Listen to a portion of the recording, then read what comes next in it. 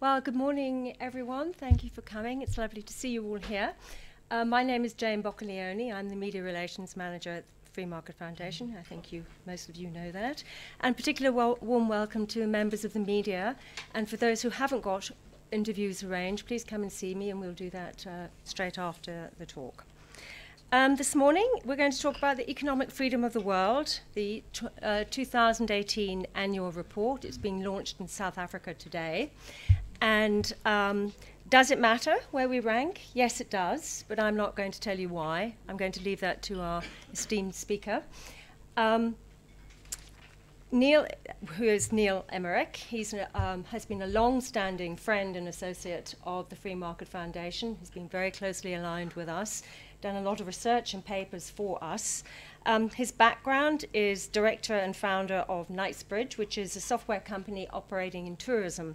However, he started his career in finance. He's a financial background, financial trader in London, and then came to South Africa, where he made his home. He is British. He then started writing financial software and ultimately founded his current business with his wife, Teresa, which is a very, very successful. If any of you have contacts in the tourism business, you will know of Knightsbridge. This report has been out for about 30 years, the World Economic Freedom of the World report, about 30 years. But in 2003, Neil decided to use his software development talents to make it rather easier to access and manipulate. Apparently, he tells me, before that, our very own executive director, Leon Lowe, used to access the data using hard copy slides and reports, and it was all rather cumbersome. So so in 2003, Neil developed software which made it very easy to access the data and use it more cleverly. And this tool is released every year with the updated report. It's a global tool, I think. Yeah. So homegrown in South Africa, from our very own Neil Emerick. He has a BCom degree and is currently studying an LLB in UNISA, and he lives in Hout Bay. And he says he has very serious exams coming up, so so we're delighted that he's here with us today. And Neil, I'll hand over to you. Good morning. Thank you, Jane. Thank you, everybody, for coming through. As Jane said, this is, I think, my 15th year of presenting this report. So to those of you who have attended previous functions, I apologise if we repeat some slides, but for those of you it's new, hopefully you're going to hear something very important today.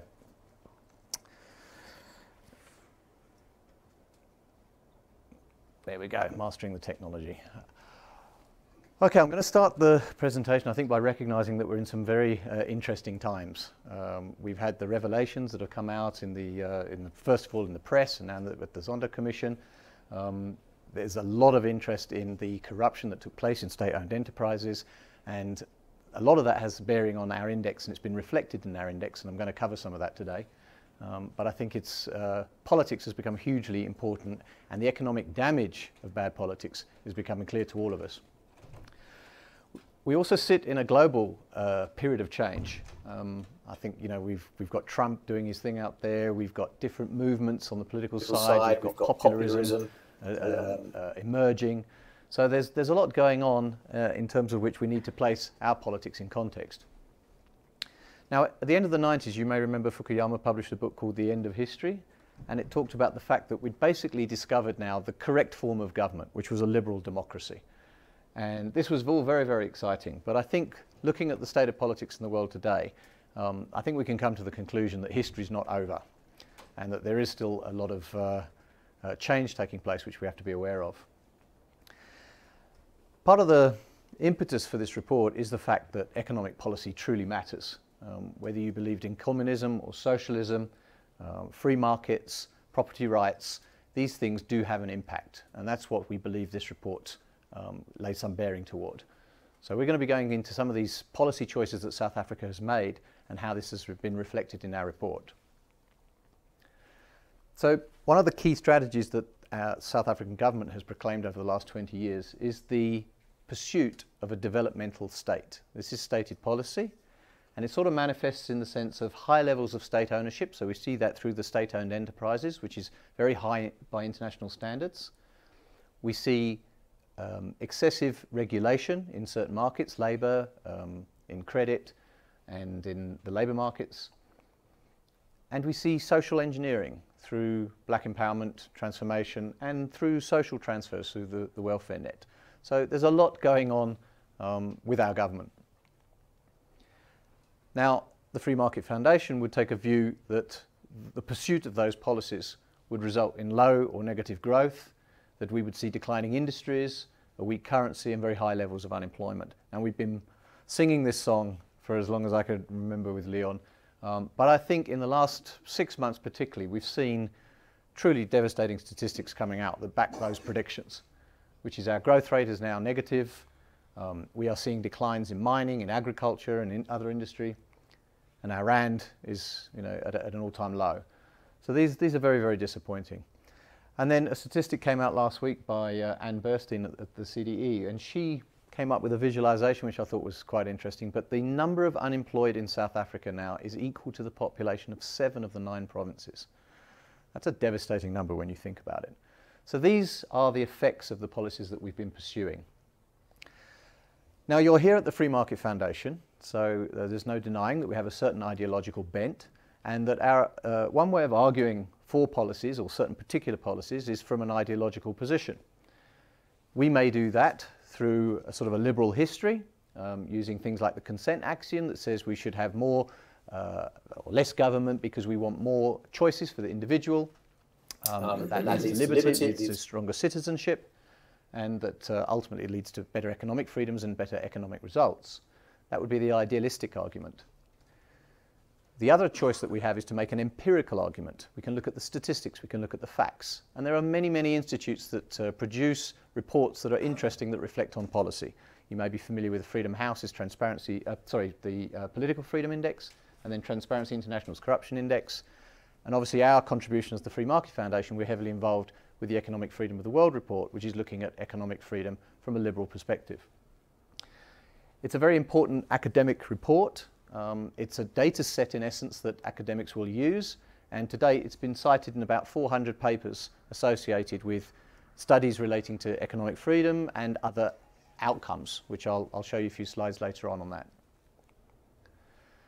So we have a particular problem in South Africa in defining what economic freedom is, because we have a certain set of people running around with red berets who distort the definition somewhat. So it might just be pay to go through some of this and just make clear what we mean by economic freedom. I'll read you this quote. It says, "Individuals are economically free when they are permitted to choose for themselves. If the government has a large hand in the economy, then it is the government that's making decisions. In a freer economy, it's those individuals that are making those decisions. It will then be markets which choose to decide when, what, and how goods and services are produced." The Economic Freedom Index, then, is a statistical tool which we can use to measure the degree to which country and national economies lean one way or the other. And that's what we're trying to achieve, is to be able to empirically say in a bag of policies whether a country leans towards state intervention or towards individual choice. So from the thousands of statistics that we could draw upon, we have, as an index, chosen those that represent liberal policies, which would be things like private property, extent of private property, rule of law, free trade, sound money, inflation policies, and a limited role for government. And we can analyse certain statistics that have brought those out. And over the last 30 years, they've played with those, and some statistics have dropped out, some have been brought in as they've been made available, and the index is comprised in that way. So what's nice about the Economic Freedom Index is that it is drawn from other reports. Okay, so there's very little survey data, and there's absolutely no data that's added by the authors themselves. Every component is drawn from a report that you can go and check, and those are institutions like the IMF, the World Bank, and that data is clear, and you can check it, and the methodologies are available. So this will be in your information pack. It's the results today that we're launching in South Africa. So South Africa's score drops a little bit further to 6.7. The index itself is a rank from 0 to 10. And we've dropped. Again, you can see the trend has continued from about 2000, where we were 46th in the world. We've been on a slow decline. I use the word decline, but we've been on a slow path towards a more developmental state. So we have much more intervention in the economy by our government today than we did in 2000. And that trend has continued this year. So a little bit more detail on the breakup of the report. It's made up of 5 important categories. These reflect those policies that I mentioned earlier.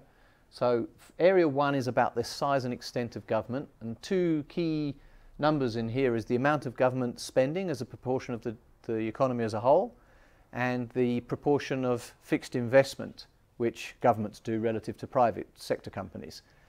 So those roll up into area 1. What I've done this year, which I hope for people who've been here before is a little bit different, is just to show you the ranking there as a graph over time. So you can see that our government ranking or the point scoring has not changed so much, but the ranking has changed. A lot of other economies move up, and necessarily if we're standing still or moving down slightly, our ranking's dropping considerably. But we rank 107th in terms of the size of our government in the economy, out of 160 countries, 164.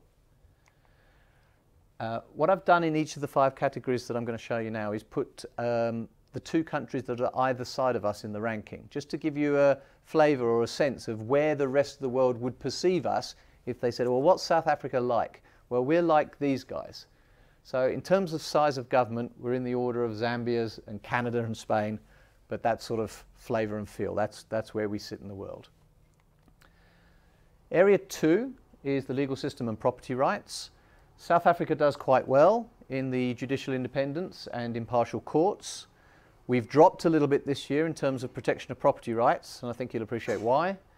And then the legal enforcement of contracts and regulatory restrictions, we are sort of in the bottom 25%. So that shows a little bit of a decline again over the last 15 years. So a lot of the drop of that is things like some statistics that they brought in, which is relating to police statistics and crime. Not something that was in our earlier reports, but they've added. So we never did particularly well on the crime story, and that has brought our number down. So to compare us again, we're in the sort of 78th ranking there, so that's like Suriname and Saudi Arabia. So in a legal sense, we're sort of in the same bracket as India. Sound money. If a government can print money, they can destroy wealth that's held by you privately. So we're very interested in making sure that we have a stable currency. And there's various areas there. We're interested in the printing of money, the money growth, how much inflation is oscillating. If it's all over the place, it's very difficult to do economic planning. And whether also in terms of capital controls, whether as individuals we're allowed to own foreign bank accounts. So these numbers roll up into the Area 3 category, and we score 102nd in that ranking area. And that puts us in with these sort of colleagues nationally, Mexico and Greece. So that's where we sit in the world. I just want to add a sort of a punch there, because a lot of people think that inflation is relatively low in South Africa. Our ranking has gone down a lot, even though the point score itself hasn't changed very much. Our scoring has pretty much stayed relatively stable. However, we live in a world of very, very low inflation. So our ranking has dropped considerably. Now, 6% is considered exceptionally excessive. We are in the top 15 worst inflationary environments in the world.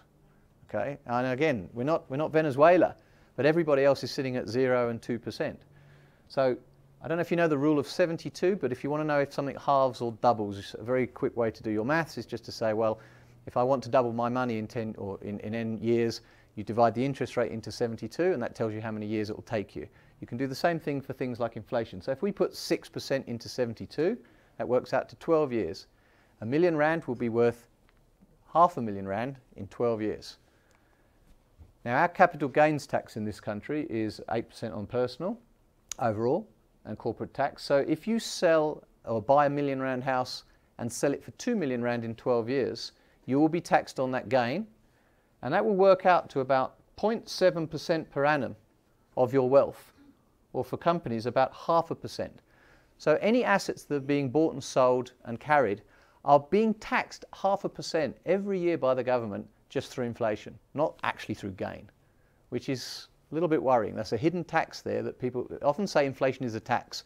Why is it a tax? That's why. Area 4 is freedom to trade with foreigners. You want an economy that's open to trade. If you've got more markets to buy from, you've got more markets to sell from, you've got more choices available to you. It's very healthy. Economies that are very open do much better. And those are the sort of areas within Area 4. We have a relatively open economy. We score 105th. We're not in the middle. We're still declining. So we've got some of that relates to our tariffs. We'll come back to some of those details later, but that's where we sit. Colombia, China, we're slightly above China, and Madagascar. That's where we sit as an open trading economy. And the last category then is regulation. We monitor 3 segments. It's labour, credit, and business generally. We've done historically very poorly in the labour market, so I think we're something like 3rd worst in the world. So our hiring and firing statistic, which we get from the World Bank report, and the collective bargaining is we're ranked right near the bottom. So we don't do particularly well in there. We've done better in the credit markets. We had relatively free banking, but business has also been more and more red tape associated with business in the last few years. So we're currently sort of mid-table. If you think 160 countries, on the Area 5, we do relatively well there, like we do with Area 2. And that would put us in the ranks of Tanzania and Portugal, to give you a flavour. We often rank out the top 10, just to give you an idea who's performing well. Hong Kong and Singapore do very, very well. The 2 countries at the top there are quite distinct in their political freedoms. Hong Kong has a very, very low government intervention, whereas Singapore is highly interventionist on the state side. But in terms of economic freedom, those 2 rank very, very well. New Zealand, Switzerland, Ireland, United States, Georgia. I've been there, actually met the president there. They went from being a Russian Soviet satellite to being one of the freest countries in the world. That's been a very exciting 10-year story there. Mauritius we know about. What's interesting here is the fact the global distribution. It's not a set of Western liberal economies. There's a couple of Asian countries, there's a couple of Asia Pacific, there's some African countries, there's Latin American countries. So it's a global phenomenon. And then this is the bottom 10. So Venezuela, as you know, is having a terrible time at the moment. We were predicting Venezuela's demise for the last 6 years. If you've been sitting in this room for the last 6 years, we kept saying Venezuela's bottom, Venezuela's bottom. Watch this space. This is what's going to happen. And that's what's happening in Venezuela right now. So they are confirming our belief. We were picking it up on the index, and we're seeing the predicted outcomes of that right now. Argentina as well are also experiencing their own difficulties. What you do see there is a disproportionate number of African countries at the bottom, and that is unfortunate. But a lot of Central and Western African, but we're seeing a lot of development in the East Africa and Southern Africa. I've got another slide coming up shortly for that. Russia, this year, now ranks above South Africa in economic freedom. So we have now overtaken, gone down, Russia. They've crept up. That's a scary statistic. India, China, and Brazil were always sort of clumped up together, so we're now getting closer to them than we are the mid-table. And this was my point about Africa. There's several countries in Africa now that are rapidly opening up their markets, opening up their businesses, establishing a bit stronger property rights. Mauritius obviously is an exceptional outlier there, but people like Rwanda, or countries like Rwanda, Botswana, their economies are becoming much more engaging with the rest of the world. Unfortunately, South Africa is now sitting quite low in the middle ranking of the African countries. It's always helpful, I think, as well, just to see what movements we see in any given year. I haven't done this in previous slides, but I thought it was quite useful, whether just we're picking up through a sniff test whether the index is picking up what's going on in our local economy. Our worst drop this year is in a study that looks at the feeling of business that there are bribes to be had and extra payments to be made to get business done. So this is going back to 2016, but I think if we remember, obviously that's when the sort of Gupta saga started coming out, and that's reflected in one of the underlying reports, and that's filtered through to our index. But that's the worst movement we've had year on year. Non-tariff trade barriers, that's a specialised one. I'm not too clear what's gone on underneath there, but obviously more restrictions on trade. On that point, we have very high variation amongst our tariffs. We don't have just a set tariff across the board with terms of products. It's very varied, which implies that the government's cherry-picking the industries it wants to support and those which it doesn't. And then the protection of property rights. So again, maybe the expropriation thing is creeping in there, and we're seeing a movement there down to 58th.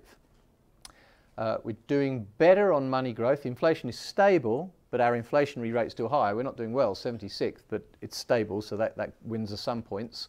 Not sure about administrative requirements, and something's changed in hiring and firing that we gained a few places there. So that's interesting. So that's a summary of the last 7 years and our rankings. So again, just to give you a sort of a sense of what's been happening over time. So if we're going back to 2010, we were 50th in the size of government, and we're now 107th. Area 2 was the legal system, slight drop there. Area 3 is the inflation figure. Again, I don't think we've changed particularly, but relative to the rest of the world, we're not doing that well. I don't think you can say we feel that there's much progress towards economic freedom in any of those categories. So South Africa seems to be on a, I won't say downward, but a trend towards a more interventionist government, and that's across the board, and we're picking that up. So I might just switch now from the facts to the theory. Why is economic freedom important? Well, the World Bank and the IMF, the Washington Consensus, if you like, used to think that democracy was the most important thing to get right first before you would see economic growth. And I think that there's been a determined shift in that thinking, where now they are saying, get the economic freedom right, and you might not be a democracy, but you will see growth and you will see development, and then actually political freedoms tend to follow that. So that's a change in thinking, and one we believe. So we've seen developments in areas like China and other East Asian economies where they're still not necessarily politically free, but they have opened up their markets. And as they grow and their income level approaches $7,000 to $8,000 GDP per capita, that's where they start to demand political freedoms. So this I think is an important switch in international thinking. These are some of the charts that you'll see in the book, but they're very, very important. When we take the rankings and the scores of all the different countries and we break them into quartiles, we can then correlate the index, and this is its key use as a tool, with some important economic outcome. So a very important one, of course, economically, would be our income. And we split the countries into quartiles, and you can see very clearly if you just take income levels and less free countries, they earn a lot less than the economically free countries, significantly less. It also affects growth rates. Those countries that are more economically free tend to see higher growth rates. This is the one that I think is hugely important, is life expectancy. If you are going to live in an unfree country, chances are you're going to die 15, 20 years earlier than somebody who's living in Switzerland. And this one's very interesting. If you have to be poor, where would you want to be poor? Do you want to be poor, if you're in the bottom 10%, do you want to be poor in the Democratic Republic of Congo, or do you want to be poor in Norway? Okay, so the difference in income for poor people is significantly higher in countries that have economic freedom. And this one was an important addition to the index last year. I mean, the economic freedom actually shows that there's more gender equality or less inequality in countries that are economically free. Last year, the authors altered the index in area 2, which is your legal rights, your property rights. They added a gender component because a lot of Arabian countries and everything, obviously half the population didn't have the same rights as the other half of the population, had a disproportionately high score. So they adjusted that last year and have corrected the results. South Africa did very well in that adjustment because we have generally very good laws in that respect. But I think that's interesting that we brought that into the index, and we also see it in the outcomes. Unfortunately, this year I noticed we've had our first drop in several years in terms of the world mean. So not quite sure how to interpret that yet, but we have just dropped a tad. So I think this is 2016, so the global trade wars hadn't yet kicked in. But from 2016, there's been slight decline globally in terms of economic freedom. Now, in the news and in the commissions is our state-owned enterprises. This is an area where South Africa has a very large government presence.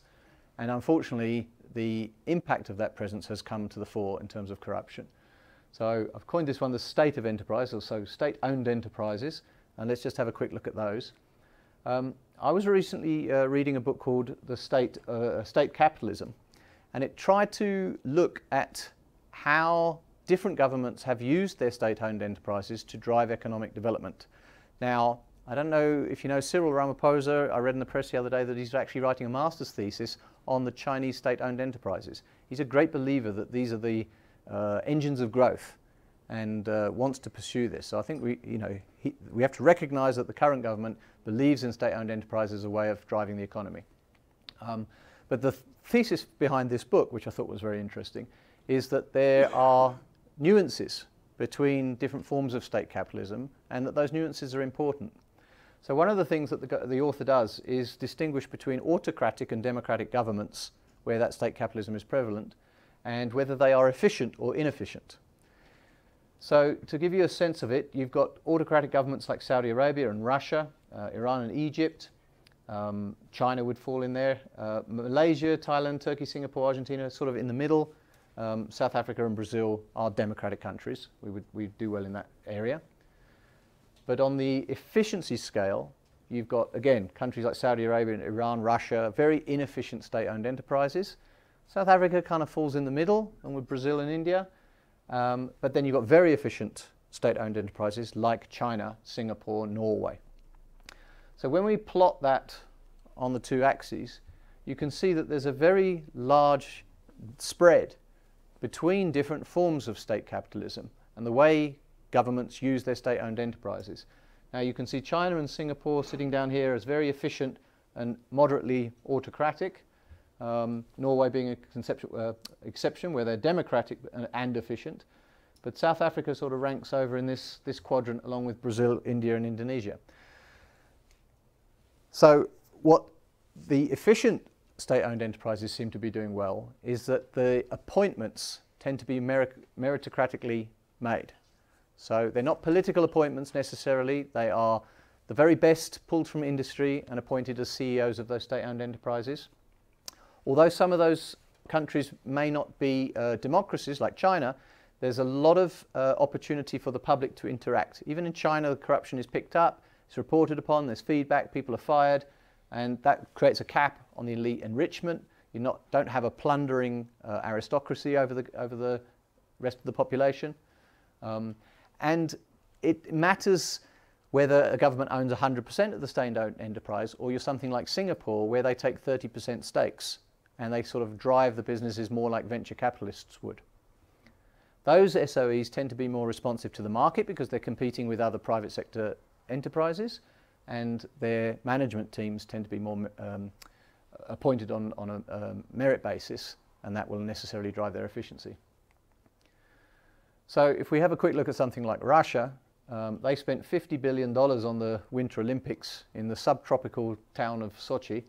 In comparison, London only spent $19 billion for the Summer Olympics, and the former deputy PM said that it was the unprecedented thieves' caper just before they assassinated him. Malaysia, often cited as another economy that has a high level of state-owned enterprises. They have had significant growth over 40 years, or consistent growth. But what is important is that in the last decade, that growth has started to taper. They are receiving reduced foreign investment, and if you look at the structure of their economy, it's not particularly modern. They've got these big clunky old industries, and within their educational system, there seem to be few incentives to encourage innovation. Unlike Singapore, they have very, very few 21st century type industries. So if we are looking to them as examples of state capitalism, they might not be the best examples. Here's Brazil in the news right now this week. Was it Bolsa? What's his face? The won the first round of the elections this week, so I mean that's quite an interesting thing. So he's sort of the far right, anti-democrat, being looking like taking over the premiership in Brazil. But they've had their problems, lots of corruptions, although it was exposed, very little return on investment. They did force unemployment down, but they've just created these huge enterprises that don't produce much value. So state capitalism as a model, which our government is following, has nuances. It needs to be looked at in detail. We need to look at other examples. We can't just look at China and hope that we can be China. State capitalism as a political concept could be very dangerous. If South Africa defaults on its debt, that's going to have an economic impact. If Russia defaults on its debt and its state-owned enterprises go down, that could be catastrophic for Europe that gets a lot of its gas from Russia. And if China defaults, China has now something like 300% debt to GDP. This could be worrying. Then we're in a very difficult situation. So I think that was very important. I think if we're looking at what the government proclaims to want to do, we need to study those nuances much more carefully. We would argue that what actually works is a commitment to efficient markets, to markets driven by the private sector, that there are supportive institutions from government, such as the legal system, and that there is an affordable social security net for the less or lower incomes groups. Now, as Jane said, my contribution was that I wrote a software version that could take the report's data and incorporate that. I used to remember Leon struggling with the report in one hand and his laptop in the other, and he would tap in the numbers to do his PowerPoint slides. So all those lovely charts that you saw earlier, really, although they've entered into the reports now, Leon was kind of the inspiration for that. They didn't have that in the early report. So his PowerPoint slides inspired the World report. But anyway, so we pulled the data into a software version. You have access to that. I'm going to give you the URL. You can download the software. You can run all these reports and see all the underlying data in the World Bank statistics. You saw a Windows version. This is the web version. If you register, you'll get a link, and you can just bookmark that. And anybody raises an issue and says, "Oh, so and so is true," you can immediately call up the numbers and just see if that's a fact or not. So have a look at that. I'll give you the details in a moment. And this is where we get to our breaking news of the day. We were compiling the data on the weekend, or going through some of the statistics for you today on the slides, and unfortunately we found some anomaly where on the size of state-owned enterprises, everything we've just been talking about, South Africa went from a 4 out of 10 score last year to an 8 out of 10 score this year. We found that strange because obviously not much had changed in the way of state-owned enterprises, so we dug a bit deeper.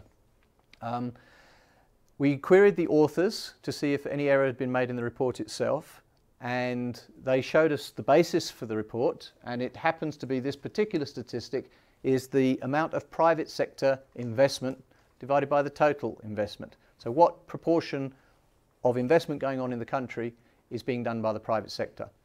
Now, historically, that's been something of that sort of ratio. Private sector is sort of 50-55, 45 or 60-40 generally as a rule. This is quite high, but that's why we've scored a 4 out of 10 historically. In this year's report, we suddenly went for 30 back years of history from 85 to 15%. The government was only 15% of investment in the country. So there was one of two conclusions. Either the underlying data was wrong, or the government's been underspending for the last 30 years, and we thought, no, well, that can't be the case. So we've checked out, and we had feedback this morning saying that the World Bank's got it wrong. So what happened was, this is the quarterly report from the Reserve Bank, and I think I can use the little laser here.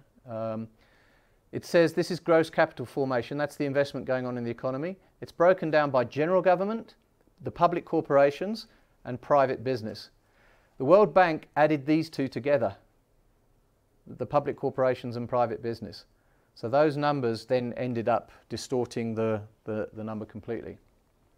So in the Area 1 size parameter of the report, we move from, well, 134, we moved down further to 142 out of 164 countries.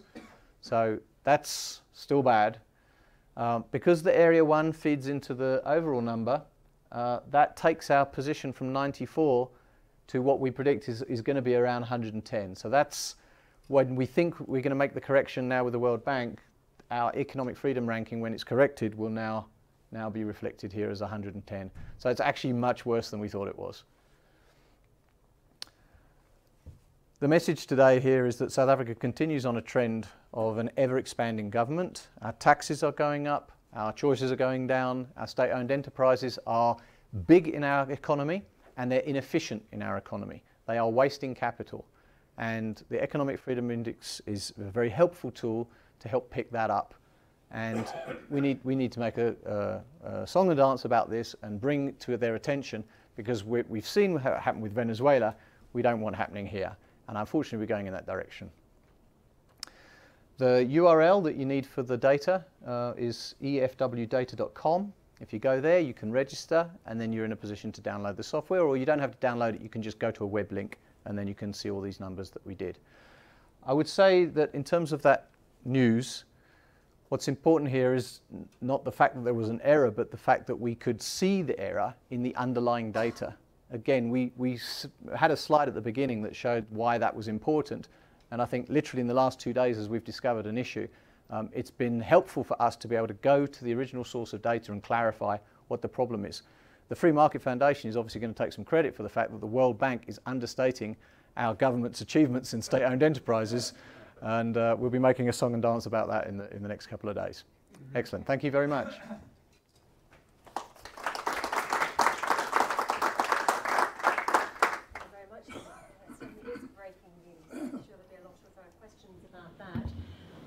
Open the floor. Questions, please. There's several economists and journalists here. Chris. Is the South African government aware of the extent of the decline in all the various subsectors and overall? And if so, are they at all concerned? Personally, I blame the press. They're not doing enough to get the story out. Are they aware? I don't know. Are they aware? We draw the graphs this way and that way. We've made the case in previous years that if you are of the opinion that the developmental state is the way forward, well, then they've got the graphs going this way. The point is the trend is very, very clear. So the government is making more and more impact in the economy. And they are regulating business and they are affecting things in all sorts of ways. So if that's your goal, they are indeed attaining it. So there's a major ideological divide. I would imagine they're quite pleased with these results. Yes. You know, I mean, you know, Julius will be or on the path.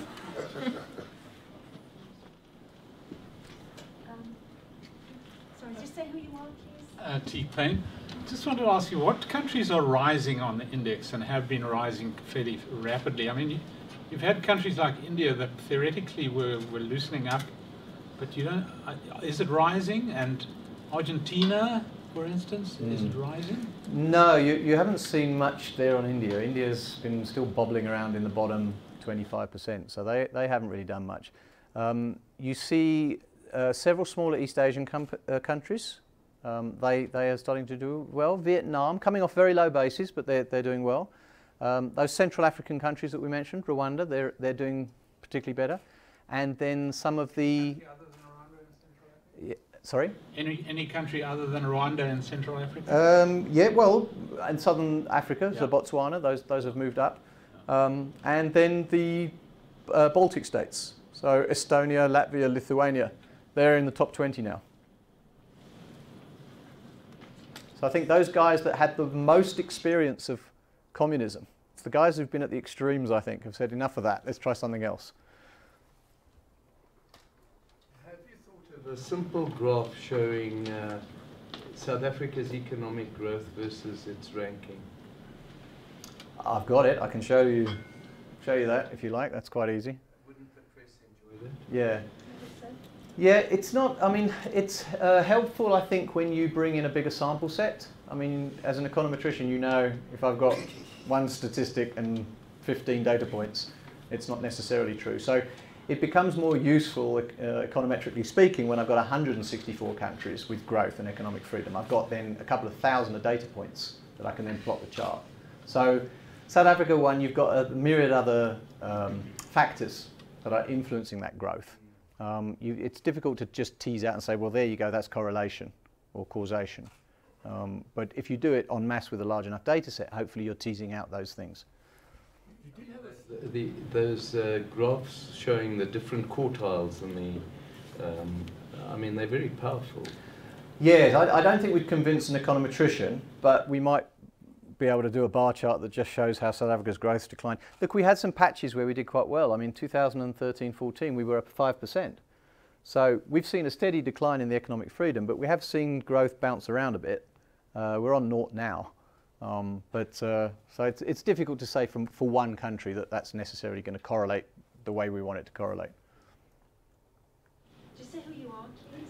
Brian Scanlon. You did have a slide which actually showed higher rates of freedom with higher rates of growth in bulks.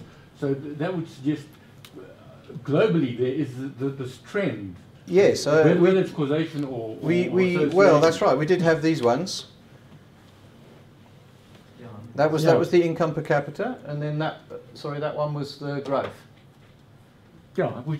Yeah, and there are several academic papers that have done that significantly more than just pulling it out at face value. They've done longitudinal studies, so you say, let's look at the lead and lag, where we want to be looking whether the economic freedom was freed up first, and then the growth followed, and we do it over a decent distance of time, and we do it over a distant number of countries, and then we can make sure that those numbers are a little bit more meaningful.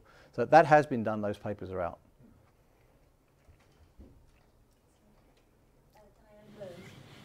Do you think that this type of data could explain the Brexit decision? Again, it's a bit isolated to one country. So you can track individual policies and see that, but the value of the database is to tease out things in the aggregate. Because every country's got a unique bag of policies, and they've all got unique histories. So it's very hard to say with a single variable, oh, that's going to work. But you can look across the 50 policies and see how a country's made up.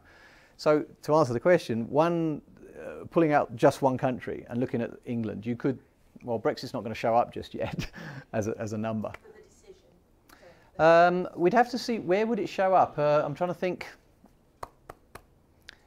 Of our statistics, I'm trying to think which category it would show up in.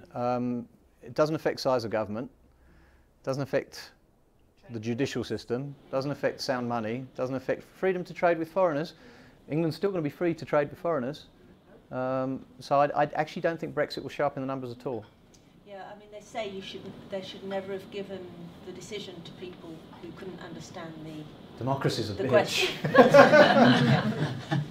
Hopefully the crowd, what do they say? It's wisdom of crowds. Yeah. It was in there somewhere. So I think the point is it will show a trend, but not it won't show when riots would start or something like that. No, it's a trend. Yeah. Look, the authors struggle every year because one particular country will bitch and moan about one small number that changed on the dial and everything.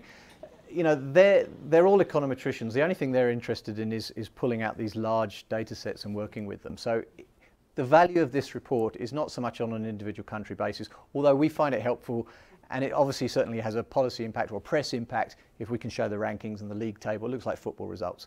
But the real value of the report is as an academic data set that they can work with, and individual countries don't matter too much at that scale. Will we avoid relegation? That's a very good point. You want Yeah, exactly that. Gentlemen, just say who you are. Right, Arnold Sego. I'm very fascinated by the sound money Mauritania ranking ahead of South Africa on that trend. What is the methodology? And you went on about the developmental states. Ethiopia, Rwanda, Uganda, all in the top 60, if I'm correct, way ahead of South Africa. Is it time maybe to consider that particular direction? I mean, these are countries that are growing north of 9% GDP-wise, but battling with unemployment and in ways that are unprecedented, to say the least. Yeah, is it time that maybe South Africa looked at that? Right, answer to the first question, the Area 3 sound money is 4 factors. So it's the inflation rate, if you have high or low inflation. It's also the inflation variance, so how much does it bounce around. and then it's the top income tax rate. So there's 4 categories in there that affect that number. So you're generally looking at whether there is sound money that economy can rely on. But should you maybe look at the velocity of money as it is? Well, that's going to get picked up in the inflation rate.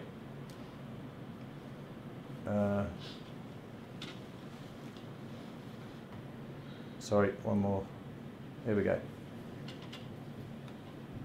So I would say velocity is going to show up in money growth and inflation. I mean, we only care about velocity really in terms of its manifestation, which would be inflation. In answer to your second question, I think it comes back to this point here. Is anybody listening? Yeah. Every country is unique. We can't turn around and say, well, we need to do exactly what Rwanda's doing. They've got their own history. We are always going to battle with our labour laws given our history. You saw the summit last week. Everybody was optimistic. There was a buoyant mood. But let's be clear, Labour said at the outset, we're not changing anything. You know, so now that's how you go into the conference. So we are going to have to figure this out. I don't think we can necessarily duplicate all the policies. But what we can hope to point out is that on the aggregate, which ones work. We've got to lean in those directions in all these different areas. Lean towards economic freedom, and we hope that these outcomes would then follow.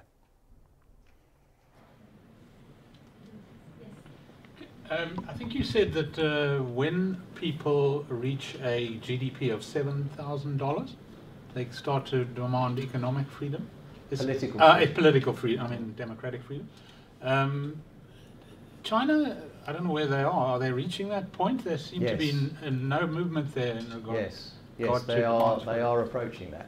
So yes, you hit $7,000, and that would be judged as middle class. So once you hit the middle class, then they start worrying about who's taking their bins out and so on. You know, so that does seem to be a sort of a tipping point that's interesting and shows up in the statistics. So China is there, and then the question is, how are they going to feel that? You know, I mean, the last 2 years would seem to have been in a movement in the opposite direction. So it's become a little bit more oppressive. So, but it'll be interesting to see how those tensions play out. Can I just understand, is there any weighting, or is this just aggregate? In other words, firstly, weighting by size of country, and secondly, within a category, you've got, say, 4 of these. Are they weighted equally or differently? Well, the answer is that they are weighted in the sense that they've been categorized as 5 categories. So that the 5 categories have a 20% each, and then within that, some variables have 4 and some have 8. So then the value of a particular statistic might vary within that category. But the point is, there's no unofficial weighting, all right? So in terms of their methodology, they've said to you, well, there it is. That's how it's constructed. If you'd like to change it and try weighting different parameters with a different weight, you're free to do so. Again, it's a very transparent report in that way. But I mean, would these be 25% each? Of this category, yes. And this category would be 20%. So if you don't like that, you could go and tweak size of government. Now, we've got 55 parameters. You can say size of government's the most important thing you can try. Let's ramp the dial up on that one and look at whether all the numbers change.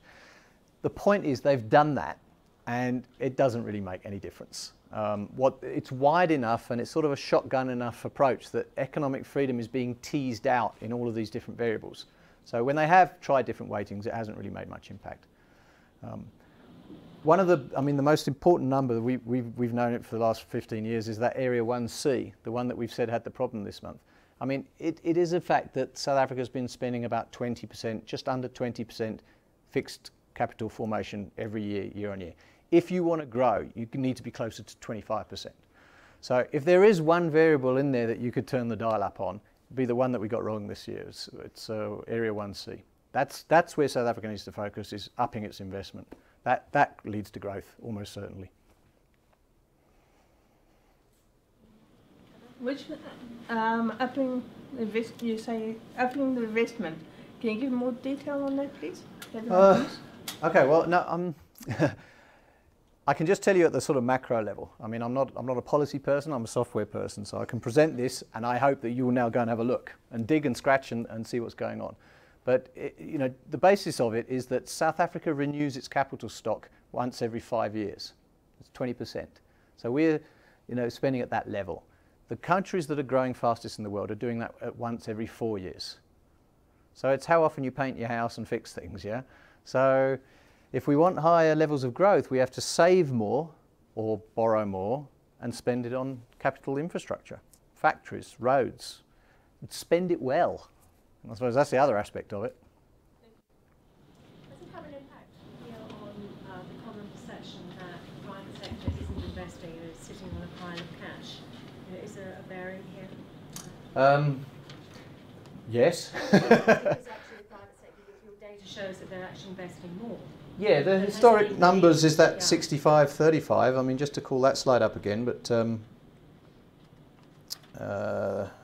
government is always castigating the private sector for not. yeah, that's been the sort of historic average. I mean, I went back to the 70s just to have a little look, but during the 70s and 80s, it was almost 50-50, and during the 80s, it actually crossed over at one point. The government was bigger in investment than the private sector. So it has been higher, but in the democratic period, we've really sort of averaged out towards around 65-35. So without a doubt, the private sector is spending almost twice as much as the government. Not sitting on the pile of cash that government says it is. Well, they still have some cash, but I mean that's a different thing. But I don't think they're investing as much as they would, because the environment doesn't look healthy. So there might be an argument that they're not investing. Whether they've got the cash to invest or not, it makes a case that they're holding back. Why are they holding back? So it's just an observation. The JSC is so global that even if they're investing, they might not even be investing here. Sure. So. Sure. I mean. But I mean, this number is what they are investing here, so we've got that one. But certainly, I mean, we've got an opportunity to invest overseas. In this debate of private sector investing, there's a word which is creeping into government's language, which is talking about an investment boycott, which is malicious, because a boycott implies that you're deliberately sabotaging. And there's no attempt. The reason why investment is not occurring because of the lack of opportunity. I think that's the point. I don't think they're borne out really by the statistics. I mean, if that ratio has not really changed in the last 10 years. So they're not doing any less, or in a ratio they're not doing less or more. And it continues to be about 19.5–20% fixed investment as a percentage of GDP. That ratio also hasn't changed much in 10 years. It dipped at about 17. It's actually come back up in the last 2 years to 19–20 again.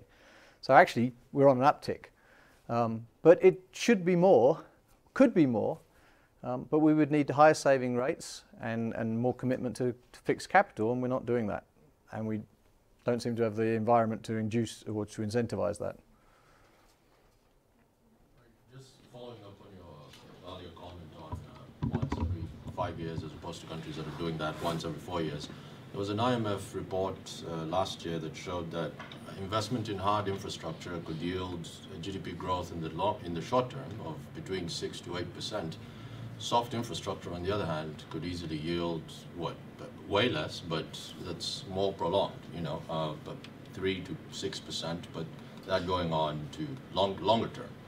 And countries like China are edging towards that direction because that empowers consumer spending, and that is more sustainable than So would it not be the argument, at least for this case, or is it fix the problems that are here right now as opposed to? My message, to take away today, I think, is that it's always nuanced. I don't think it's fair to say that we just need more investment in hard or soft infrastructure. It matters what you spend the money on, and it matters the quality of the return on that investment. So if you remember the slide on Brazil, they've spent huge amounts of money on fixed investment and other capital elements, but it wasn't done efficiently. So is Russia. So it's got to be nuanced. We've got to know what we're investing in. I mean, it may pay America to build roads and bridges, but maybe roads and bridges aren't what South Africa needs. We need ports. So upping the number in itself is not enough. We have to look at it qualitatively and say, what is it that we need as a country?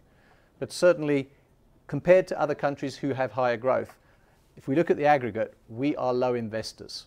We don't renew our capital stock as often as countries that grow fast do. So we should be looking at that number particularly. Hello, I'm Dimitris here. I'm from Greece. Recently, President Ramaphosa, coming back from his trip in China, brought a huge package of investment promises from China. And there's, following on your last comment, that a country must have the investment that it needs.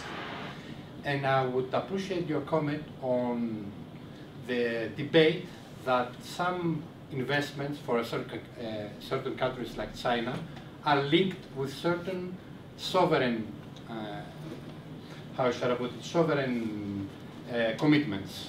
So, like the last investment package for China, is it really what it's worth, or is strings attached that we cannot see?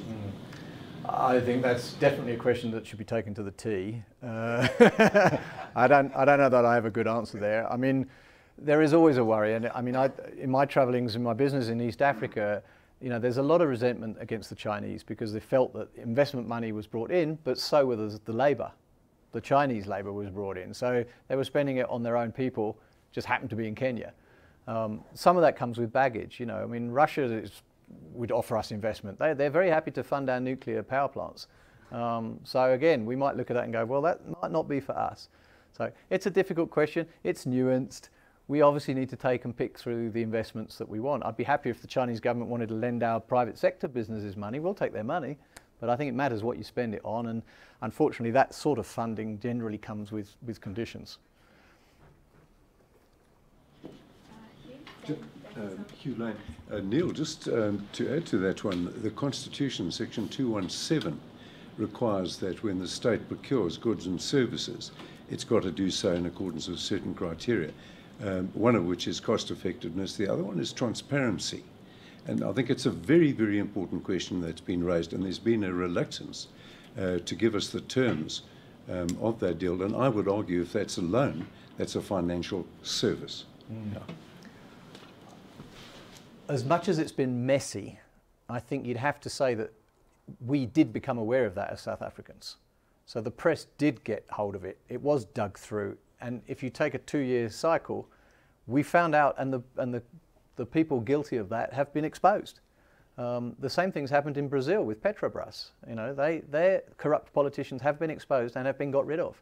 So it's painful, but I think South Africa has actually proved its mettle in the last couple of years. That we've actually done quite well, that our constitution's protected us, our courts have protected us, our press have protected us. I actually think of that as a success. They've been exposed. We didn't buy the nuclear power plants. Thank you, Nene. Thank you. Shame. Neil, can you just comment on the link between this and the ease of doing business report that the World Bank brought out a few weeks ago that it does every year? Yes. And do we get a lot of the data? Do they? We do. Overlap? Yeah, I think there's quite a lot of Area 5 that draws its data from the Ease of Business report and the Global Competitiveness report. So you can have a look at all the Area 5 stats. There's about 20 of them. I've got all their sources, but about 15 of them actually draw their data from that report. Is that the legal and property? Yeah, no. Area 5 is the regulation of credit, labour and business. No. So that's our. And the legal and property rights? It might. I can check that for you. I'd have to see what the source is. Some of that is the International Country Risk Guide. Some of it, there are one or two surveys. The property rights. Yeah, that one might. Yeah, there might be one or two. We can check that. Any further questions? Yes, gentlemen. How do you really trust the ease of doing business report from the World Bank, given the fact that Paul Romer, former chief economist of the World Bank, resigned on that same report? He disagreed with the ranking of Chile, and he got the boot. You have to look at these processes as evolutionary. I mean, as embarrassing as it is for us to stand here today and say, well, here's the launch of the economic report, and sorry, this one number's wrong. But the report is self-correcting. You have got, in every single country, institutes like ours scouring these numbers to see if they're right or wrong. And they know whether they're right or wrong. The World Bank doesn't, or the competitiveness report doesn't. So there are political forces at play in every given country, and that will feed back into those institutions and those statistics. And ultimately, the truth will emerge. You know, we sit here with hand on heart today and say, okay, well, look, actually this report's wrong, but we will fix it. The point is we get closer to the truth. So my answer would be, do I trust it? Well, I can give it a reasonable amount of trust based on what I know is feeding into it, and that it will correct. If it's wrong, it will be corrected by someone who's got a vested interest in it. Those are neutral reports.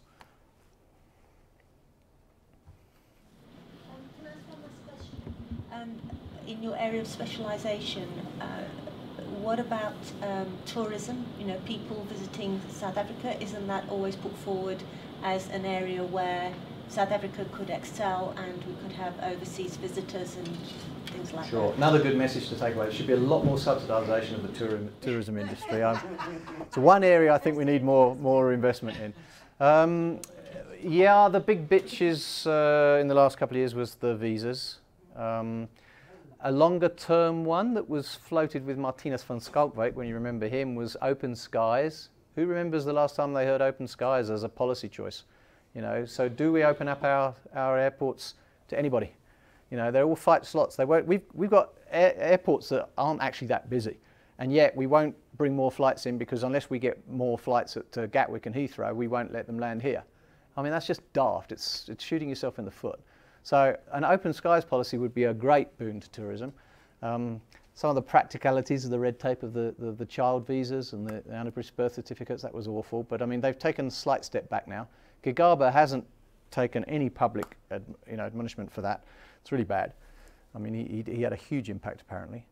But it's, you know, look, we've got a nice depreciating rand that's great for the tourism sector. Whenever the rand collapses, I try and remember there's an upside. So we should see a lot more POMs coming in this Christmas. Any further questions, or have we finished? Well, Neil, thank you very much. That's fascinating. And from the quality and the number of the questions, you can see it's raised huge interest. Thank you very much. The media release was actually sent out yesterday before we had clarification on the breaking news. So that will be rectified. And for the journalists in the room, I'm sure you've picked up what you need to know. But please stay behind and speak to Neil if you need to.